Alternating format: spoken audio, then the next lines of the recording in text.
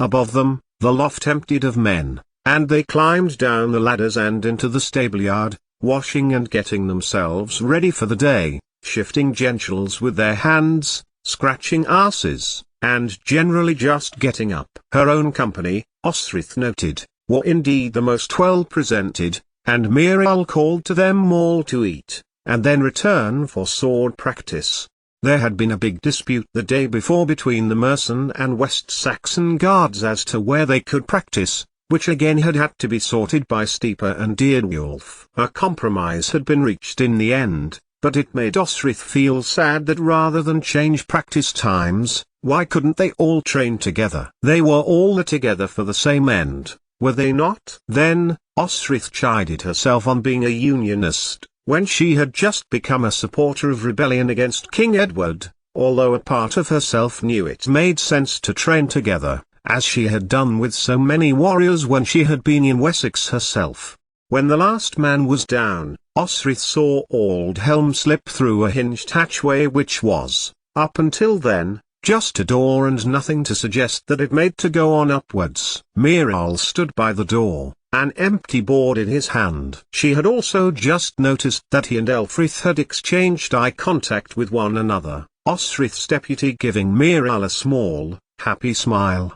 "I could not sleep," Osrith told Muriel, who had crossed to her, pulling a few bits of straw off her. "I was going to say, a tumble in the hay, but the situation is too critical for me to even begin to joke," he replied. "There is a plan, and we must carry it out, tonight, if it had a chance of succeeding." Muriel told her, "It needs to be done fast, and with precision. If anyone, Steeper, the Wessex nobles, King Edward, anyone, finds out anything, all we have done will have come to naught. It relies on you being on close guard, by any chance?" Osrith replied, her words dull. "Yes," Muriel agreed, "but it is happening tonight." "What is?" "You will know when you know," he replied, mysteriously. "It will be obvious, and it will require ready horses and a ride northeast. Does that help?" "Not in the slightest." "So I ride northeast." "You and your company," Muriel corrected her. He then put a hand on Osrith's shoulder. "Aldhelm did not mention your condition,"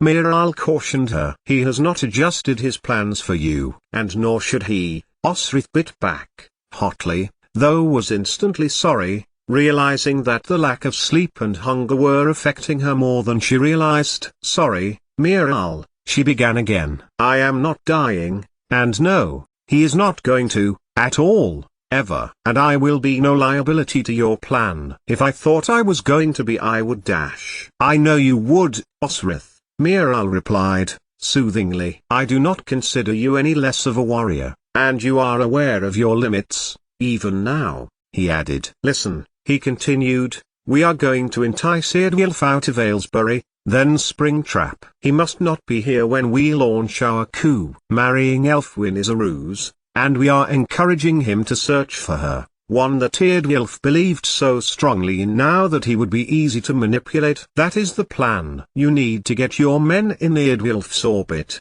and ensure that when he flies, you, all 5 of you, are with him. Pretend you are loyal to him, anything to be with him if you must, just go." "Understood," Osrith said, and was almost frog-marched into the kitchens by Muriel to eat something before being called to the chamber of Lord Ethliard, to stand close guard to him again.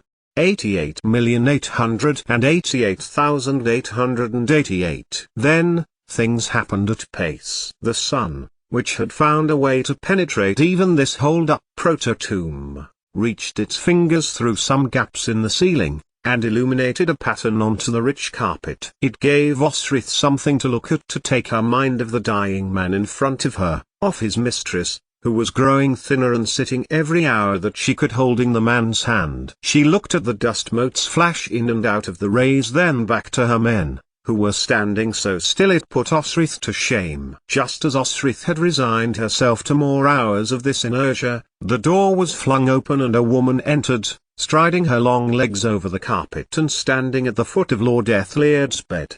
As if sensing her presence, Ethliard opened his eyes, weakly, and beside him, Edith pulled back her hand and folded it within her other, as if caught doing something she shouldn't, which Osrith considered was a fair point.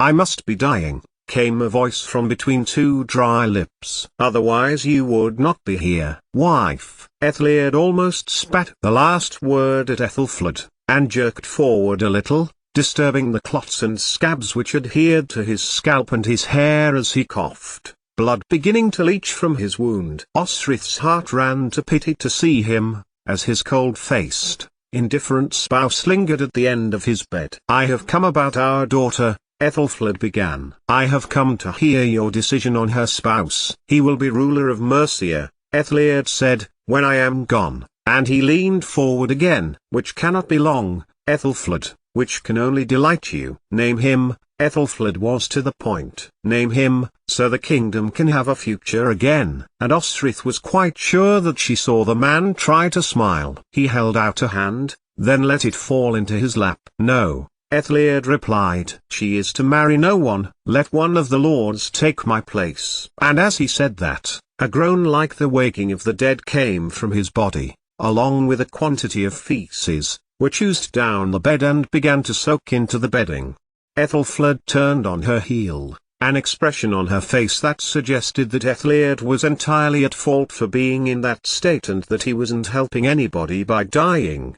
But, as Osrith was to find out when she followed the Lady of Mercia, and saw her flop against the wall of the corridor, hands in her hair, frustration and despair on her features. But they were not there for long, for, when she saw Osrith, and drew her hands to her sides. As she did so, a small cloth fell from her wrist, drifting slowly down like a sail to the flagstones. "Pick that up," she demanded. Osrith stepped over it and stood before Ethelfled. "If you both wish Elfwin to remain unmarried, you need to leave the city, ride, and take her somewhere safe." "And just why should I listen to you?" Ethelfled demanded. "Because I am the one who can get you out of this city." "Why would I want to get out? This is my home. Nobody wishes to harm Elfwin." "I did not say harm, I said marry," Osrith replied, caustically. "Although, I understand why you could not tell the difference." Ethelfled drew up a hand as if to strike her, but then lowered it again when Osrith remained standing in front of her, still, silent. "I can go on my own, if I should choose," she rebuked Osrith, who remained in front of her. "And the reason you are not in a monastery is because—" Ethelfled narrowed her eyes. "Did you hope to lie with my husband, Osrith Lackland? Because I am sorry to say he pisses down his leg and has to be spoon-fed mush like an infant. It is only you who believes I had designs on your husband, yet I swore to fight for Mercia." This time, Ethelfled's expression changed to one of derision. "Why would you?" scoffed Ethelfled, turning up the corners of her mouth in triumph. "You are of Northumbria or, possibly, Halig of Falkland." She knew. Ost was shaken, but only for a second. "I am of Bernicia, Alba and Irian too, yet, who are you?" "My ancestors were kings while yours weren't even fighting Britons or Sentishmen." She took a step towards Osrith, hand in close proximity to Tagd's Sikhs. Ethelfled looked down, but saw no threat. She heard one, though, as the metal of the blade chinked by the steel rivets holding its hilt together. "Enough of a threat." "So, who is to be king of Mercia?" Osrith asked. "The next lord of Mercia is to be decided at the Witan," Ethelfled replied stiffly. "And, do you want to know what has been decided?" Osrith drew herself to Ethelfled's face. "Because I have, everyone." That must have stung as a woman, no matter how noble. Osrith was not allowed to be in the Witan, unless invited. She did not wait for Ethelfled's answer and pressed on, ignoring the groan from beyond them. "In the chamber, Lord Ethelred's daughter is to marry Eadwulf," Osrith lied, and the shock on Ethelfled's face was enough to tell her that this was the time, this was the moment. Was she right? It would appear so. Ethelfled gave a strained look to the door of her husband's chamber, before hurrying at speed towards the courtyard, not stopping even to say something back to Osrith. At the same time, from the other entrance, Eadwulf paced towards her, then glanced at the Lord Ethelred's door. Another groan, and Osrith peered past Eardwulf to see Ethelred's left skin taut, stiffen, as pain gripped him. "You, stay here," Eardwulf ordered, and he pulled Ossier, Eglwulf and Elfkin from the room. Behind him, the captain of another guard, Heard, was approaching him, as did Berg, who Eardwulf ordered to close guard. "A healer will be coming shortly, Heard. Send your men to relieve these." He gestured towards Osrith's warriors. But there was no need for a guard for the Lord of Mercia. Now, Osrith could see, his legs had relaxed, as had his body, as if some great hand that had been squeezing his torso had finally released him from its grasp. Ethelred was dead. Heard, Eardwulf called the captain, and the young man stood before his commander. "Call more guard, this room needs to be kept secure." "Yes, my lord," Heard replied, obediently, and Osrith watched as he headed up the corridor to the stableyard, where many of the mercenaries would now be practicing with their swords. "I can stay," Osrith proposed. "We can guard him." Eardwulf turned on Osrith and bent his neck towards her, his hair damp from perspiration that had begun to drip down his nose. "You will be suspected," Eardwulf shot back, his words questioned at least, being the guard close to my lord when he died. But, already sickness was beginning to well in Osrith's stomach, and it wasn't altogether to do with her condition. "I will advocate for you," Eardwulf pressed, "but you will need to come with me. I have a special task that I need to accomplish to maintain order in the kingdom. Do you understand?" Osrith nodded dumbly, which was mostly an act as she suspected Eardwulf's task, and she called her men to her. "You will do as the Lord Eardwulf commands, for the sake of Lord Ethelred," she told them, and, at his word, they all made haste to the stables, for beasts upon which to ride, and to the gates to have them flung open. But, there was no need for the gates, they were already open, and coming down the steps of the front of the hall was the King of Wessex, imperious in emerald green, arms folded, Ethelelm by his side. "Our beloved lady has fled the city," he declared, and Osrith turned her head to look. So had many other people, and she urged Ossier to continue to bring the horses round to the entrance in case they had to make a run for it. Ahead of them, Eardwulf had commandeered Heard again, and the captain had been given the task of saddling up Eardwulf's own black horse. The beast was not happy to be disturbed from slumber and was scratching its hooves into the soft mud as the hapless Heard fumbled with the reins and halter. "And I will fetch her back." Eardwulf's voice rang out amongst the stones of the city as he leapt for his horse's saddle. "Such grief she must be feeling at the death of her husband, that she has fled for solitude. I will persuade her to return." A bubbling of sound erupted amongst those who happened to be in Aylesbury's market square, at the announcement of the death of the Lord of Mercia, and many of them fixed their eyes on Eardwulf, as he summoned Osrith, with Eglfrith, Elfkin and Ossier on steeds of their own. Osrith caught Miral's eye as she made to follow, but he showed no encouragement or opposition to her. That was enough, and she was not surprised, when the ringing of the bell came from behind them, minutes later, that they were being followed by Elfrith. They were pursuing Eardwulf at speed, and Osrith jolted over stone and tussock as Morning Star fought to keep up, Osrith fighting to keep on her back, until finally, some miles from the city, Eardwulf drew to a stop. It was then that Osrith realized Heard was also with them, and she breathed heavily a few times to prevent herself from vomiting and made to concentrate on Eardwulf's voice as he spoke to them. She must have looked devoted, for Eardwulf smiled, indulgently, at all of them. "Men of Mercia," Eardwulf nodded to them. "You are in a very fortunate position that I have chosen you for a task of such import that it will decide the future of Mercia, no less." "Kill me now," Elfrith hissed to Osrith under his breath, and it was all Osrith could do to stop herself from bursting into laughter. "You are loyal, obedient men of Mercia," continued Eardwulf, "and, as was declared by the Witan, I am to be your next lord." If her men had been shocked, Osrith did not detect in, and she waited for Eardwulf to continue. "I am to marry the Lady Elfwin, the Lady Ethelflaed's daughter," he continued, in order to maintain the Lord Ethelred's bloodline in Mercia, to keep it independent of Wessex, to ensure we do not become a vassal state to Wessex. Hurrah! Came a voice, and Osrith saw Heard championing their Lord Commander. It would be you, Osrith thought, for she had never witnessed an original thought or deed from that young man when he was a child serving Odda, though that did not disbar him from being a stolid captain. The Lady Ethelfled has gone to prepare her daughter for this monumental role, Eardgilf continued, smiling widely, as if impressed with his own assumed importance. So you will be the guards who accompany the Lord and Lady of Mercia back to Aylesbury. Think what esteem the other guards will hold you in. And that was it. They were going to Saltwick, Eardgilf told them, for that would be where the Lady Elfwin would be. Doubtful, Osrith thought, as she rode beside Elfrith. Ethelfled would never leave her daughter somewhere so prominent, for just this reason. What do you think the silver and bronze was for, fool?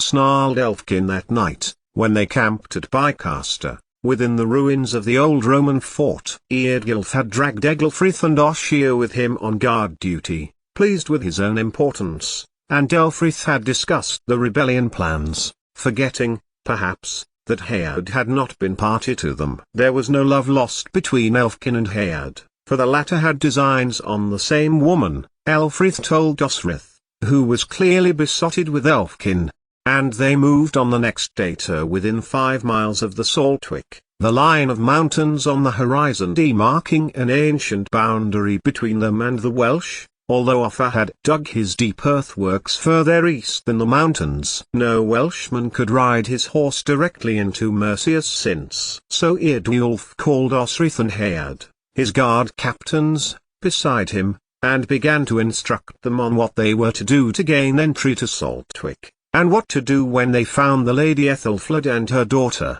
You are not to kill any men, though they will try to kill you, Eardgilf continued, pompously, before giving them positions in which to enter Saltwick.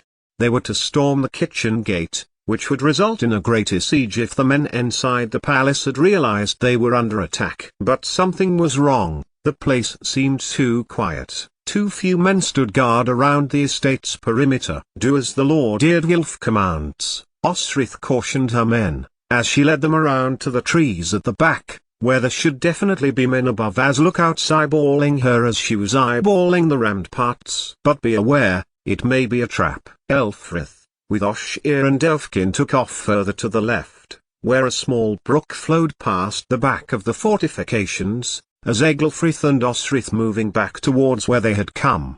No, Osrith commanded as Eglfrith made to step out towards the line of the rear gates, and was glad she did so because a whoosh of arrows spat their way into the soft mud near his feet. 2 arrows, so 2 guards at least. Get to the walls, can you shin up? Eglfrith, tall and rangy, gave Osrith a withering look. Of course, Captain, he replied, with a grin. Question is, can you? It was a question intended as a cheeky response to Osrith's order. But, Osrith thought, she may not. As a wave of nausea welled in her stomach. You try and stop me, she replied, and as Eglfrith took off across the dark shrouded soil, Osrith threw up what was left in her stomach of the venison they had eaten that day, arrowed by Elfkin and butchered by him and Heard, who proved he was useful after all. She ran after him, seeing a pair of feet rise above her as her hands rested against the wooden walls. Now, they should be under attack, Osrith thought, as she maneuvered herself up the side to one of the overhanging struts that supported a sheltered walkway. Not that she wasn't grateful that she wasn't being peppered with arrows, Osrith considered, as she pulled herself up. Already, Eglfrith was racing along the walkway, heading in the direction of the main gates, and from the opposite side, Osrith could just make out another figure, possibly Oshir, as he approached the gates too.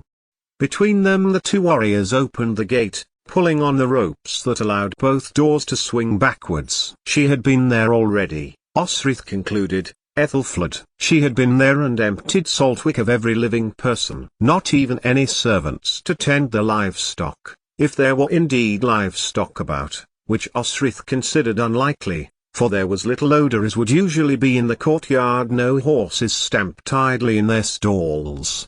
Not on her own, Osrith thought, scoffing the thought, and knew this had the features of something Uhtred would do. The children, with her brother and his men, and Ethelfled, would be well on their way to wherever they were going. Damn. Eardgilf rode through Saltwick and looked about him, as Osrith beckoned her warriors down, and through the open gates she could see the tree far back at the end of the main trail where their horses were tied.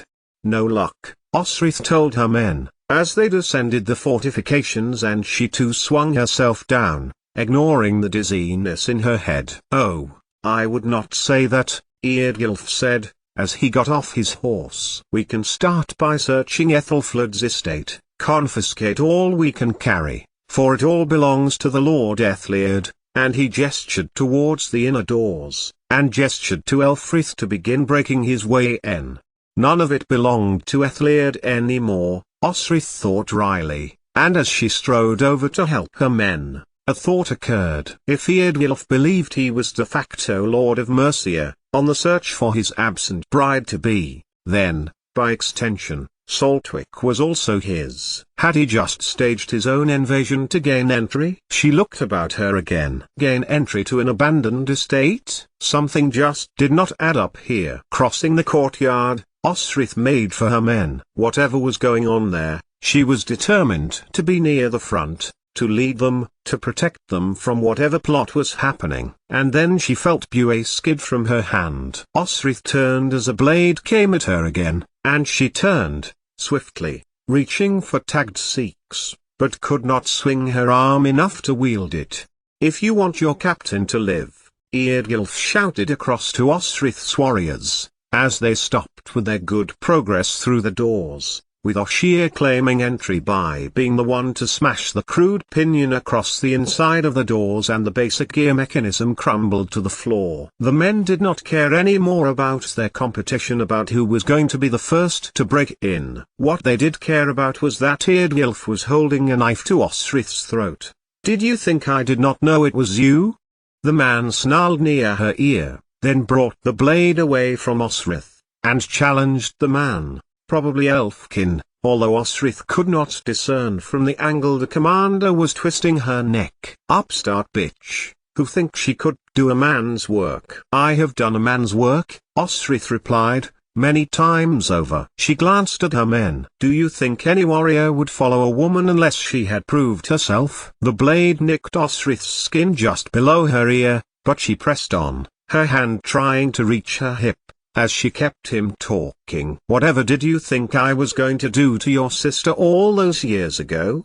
she added, provoking him. Just out of reach, Osrith thought, as her fingers brushed its leather scabbard. "You will find me the Lady Elfwin, so I can be the Lord of Mercia," Eardgilf explained slowly, as if talking to a child. "I will do such thing," Osrith retorted, swallowing as she felt the blade nick her neck. Blood trickled down it, and she heard Elfrith's voice in protest as the shmm of swords leaving sheaths sounded around her. "Your lady dies if you come close," threatened Eardgilf, as Osrith crept a hand carefully down her leg, this time managing to catch her finger over tagged Sikhs for a moment. "Progress," she thought. "Keep him talking." "I am no lady," Osrith retorted. "I am a captain, and I have been a Gaelish warrior. Danes and Norse know me as Grigikvind." But it seemed that honoured title meant nothing to Eardgilf, as he turned again to her warriors. "Do your men know you are Lord Uhtred's sister?"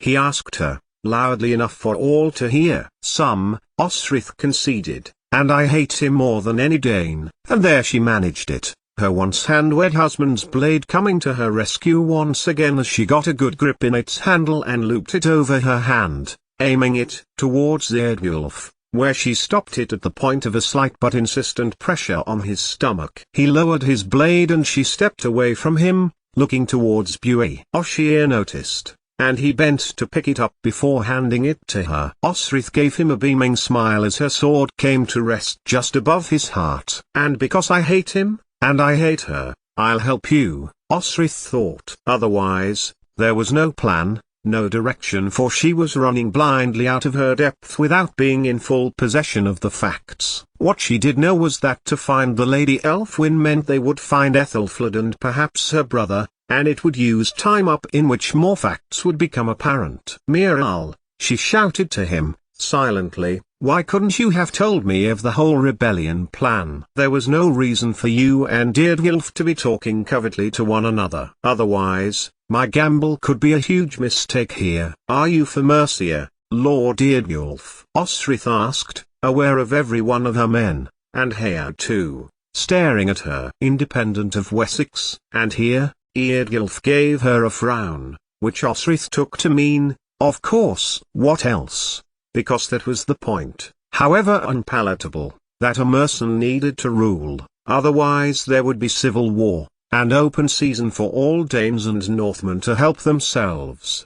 Tell us, all here, declare it, she demanded, when Deirdgylf said nothing and, as a mark of trust, she thrust Buet point down into the ground. Deirdgylf reached over his shoulder and pulled out his own blade. A gasp came from behind her, as it came close to Osrith's ear, but she did not flinch, and instead watched as the man mimicked her gesture and matched Buet with his own. Both blades oscillated between them. I am, he declared, loudly, as he reached for the hilt of his sword, and hung onto it for a moment. I am. It took only an hour or so to go through the whole of Ethelflaed's estate, a process that Osrith found incredibly satisfying. She instructed her men to leave everything, to not steal a single thing, for if Ethelflaed ever did have influence after her husband, in the end, she did not want any one of them hanged for even the theft of a clothes peg.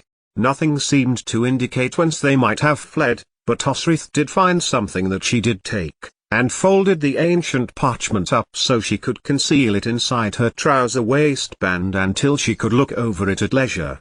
A map in her office rooms seemed to suggest Ethelflaed had some sort of connection to Cester, and indeed, taking the road north would take them there. He spread it out on the large oak desk, poring over it, looking at the bears in all compass directions, and Osrith moved to stand next to him and she looked at the markings. Saltwick was at the center. As she looked south, Gloucester was marked. Unlikely, Osrith suggested. Too far south and too close to Edward. Deirdgylf looked across to her, as if wondering whether Osrith's support was genuine. When she carried on looking at the map, the man looked back too. East takes them back into Mercia, Danelaw, he commented. Maybe there?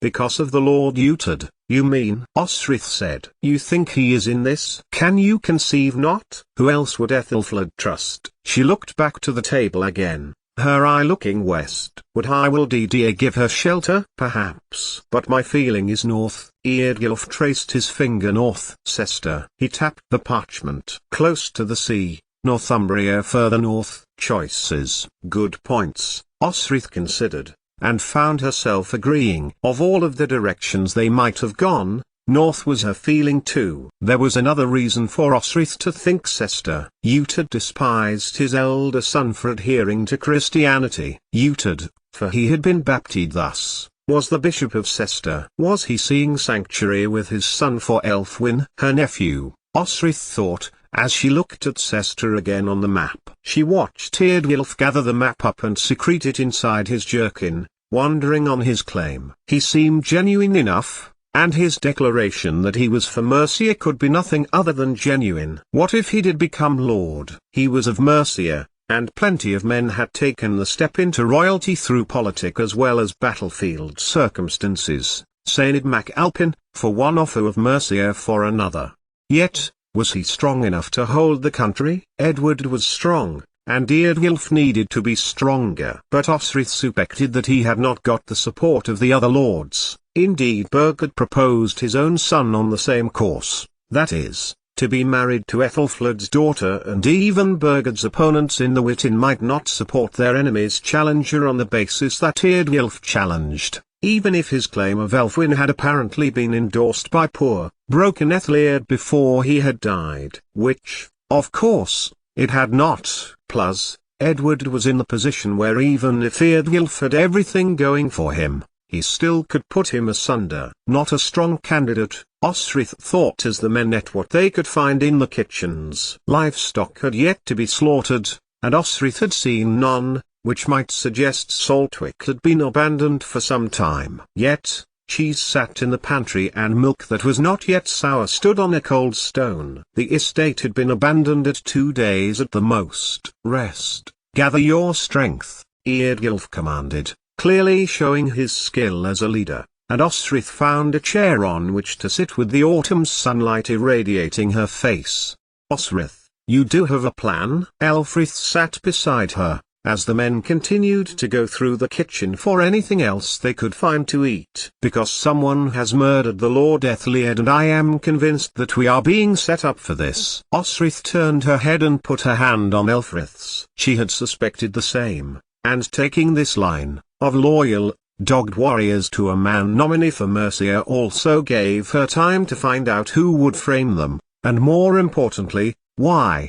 I do, she nodded to her deputy. And he stood, relieving Oshir of a large chunk of bread, tearing it in two, and giving half to Osrith. Their warrior frowned at first, but then Osrith stood and clapped him on the arm. See if there is more, take what you can. We will need it. 88,888,888. North took Eardgulf and his guards upon an ancient pathway which connected the estuary with the beginnings of the Sephan River just north of Salop. It had been hard going up until that point, and Osrith had nearly fallen from the sure-footed Morning Star as they went at speed over uneven ground. Once they had passed the Wrekin, to the east, the way was getting easier, and she hung on to the bridle as her horse picked out the best way.